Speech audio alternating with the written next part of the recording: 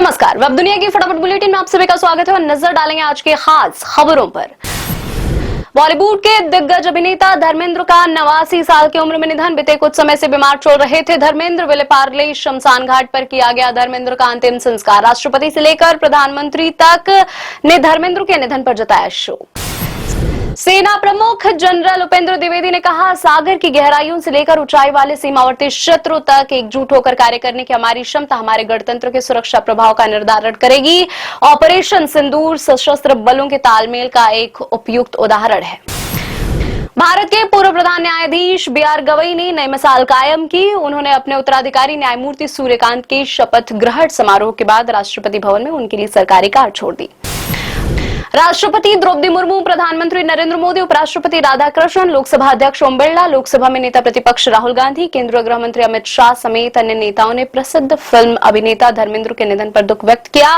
प्रधानमंत्री मोदी ने कहा, धर्मेंद्र एक अद्भुत अभिनेता थे। उनके निधन से भारतीय सिनेमा में एक युग का अंत हो गया। कर्नाटक में मुख्यमंत्री बदलने के मुद्दे पर कांग्रेस के भीतर सत्ता संघर्ष जारी। उप मुख्यमंत्री शिवकुमार समर्थक विधायकों का एक और दल आलाकमान से मिलने दिल्ली पहुंचा। इंदिरा गांधी अंतर्राष्ट्रीय हवाई अड्डे पर रविवार को एक बड़ा हादसा टल गया। DGCA के एक वरिष्ठ अधिकारी ने बताया, काबुल से आ रहा एरियाना अफगान एयरलाइन का एक विमान गलती से उस रनवे पर उतर गया जहां से एक अन्य विमान उड़ान भर रहा था। महाराष्ट्र के मुख्यमंत्री देवेंद्र फडणवीस ने मुंबई में एक कार्यक्रम में कहा, मैं आपको पक्के तौर पर बता सकता हूं कि भाजपा से निकाय चुनाव लड़ने वाले कम से कम 40% उम्मीदवार 35 साल से कम उम्र के होंगे। राजनाथ सिंह के एक दिन सिंध भारत में होगा बयान पर कांग्रेस नेता राशिद अल्वी ने कहा, सिर्फ सिंध ही क्यों, पूरा पाकिस्तान ले लीजिए। झारखंड के स्वास्थ्य मंत्री डॉक्टर इरफान अंसारी ने SIR पर विवादित बयान देकर राजनीतिक माहौल गरमाया। कहा, अगर कोई बेलो उनके इलाके में नाम काटने के लिए घर आए तो उसे घर में बंद कर दें। लाल किले के पास हुए विस्फोट पर AIMIM चीफ असदुद्दीन ओवैसी ने कहा, देश के दुश्मन हमारे दुश्मन हैं, जो एक मदरसे और स्कूल का कमरा नहीं बना सकते, वे जालिम अमोनियम नाइट्रेट लेकर बैठते हैं। राष्ट्रीय स्वयंसेवक संघ के प्रमुख मोहन भागवत अयोध्या पहुंचे। भागवत 25 नवंबर को राम मंदिर के ध्वजारोहण कार्यक्रम में शामिल होंगे। प्रधानमंत्री नरेंद्र मोदी करेंगे ध्वजारोहण। Anti submarine warfare shallow water craft INS माहे नौसेना के बेड़े में हुआ शामिल। INS माहे दुश्मन पनडुब्बियों पर काल बनकर टूटेगा, इससे नौसेना की ताकत और बढ़ेगी। रक्षा मंत्री राजनाथ सिंह ने विभाजन के बावजूद सिंध के भारत के साथ सभ्यतागत संबंध को लेकर भाजपा के वरिष्ठ नेता लालकृष्ण आडवाणी के शब्दों में याद करते हुए कहा, सीमाएं बदल सकती हैं और सिंध फिर भारत में शामिल हो सकता है। कनाडा ने वंशाधारित नागरिकता कानून को आधुनिक बनाने की दिशा में एक कदम आगे बढ़ाया। इस अधिनियम में संशोधन करने वाले विधेयक को शाही मंजूरी मिल गई है।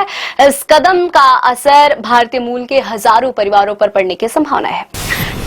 टोरंटो पुलिस ने कनाडा की 25 सर्वाधिक वांछित सूची में शामिल भारतीय मूल के एक व्यक्ति को हथियार और गोला बारूद के साथ गिरफ्तार किया। कनाडा पुलिस ने कहा, निकोलस सेन को शुक्रवार को गिरफ्तार कर लिया गया, जो जमानत के उल्लंघन के लिए संपूर्ण कनाडा पर लागू वारंट के तहत वांछित था।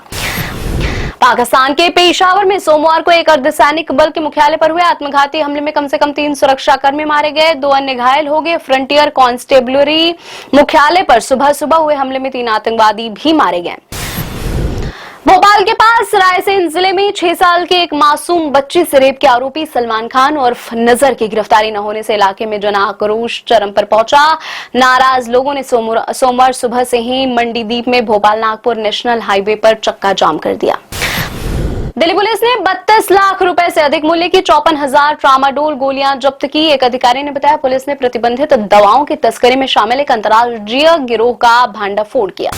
स्थानीय शेयर बाजार में सप्ताह की शुरुआत गिरावट के साथ सेंसेक्स 331 अंक टूटकर 84,901 अंक पर हुआ बंद। निफ्टी 109 अंक के नुकसान के साथ 25,960 अंक पर हुआ बंद।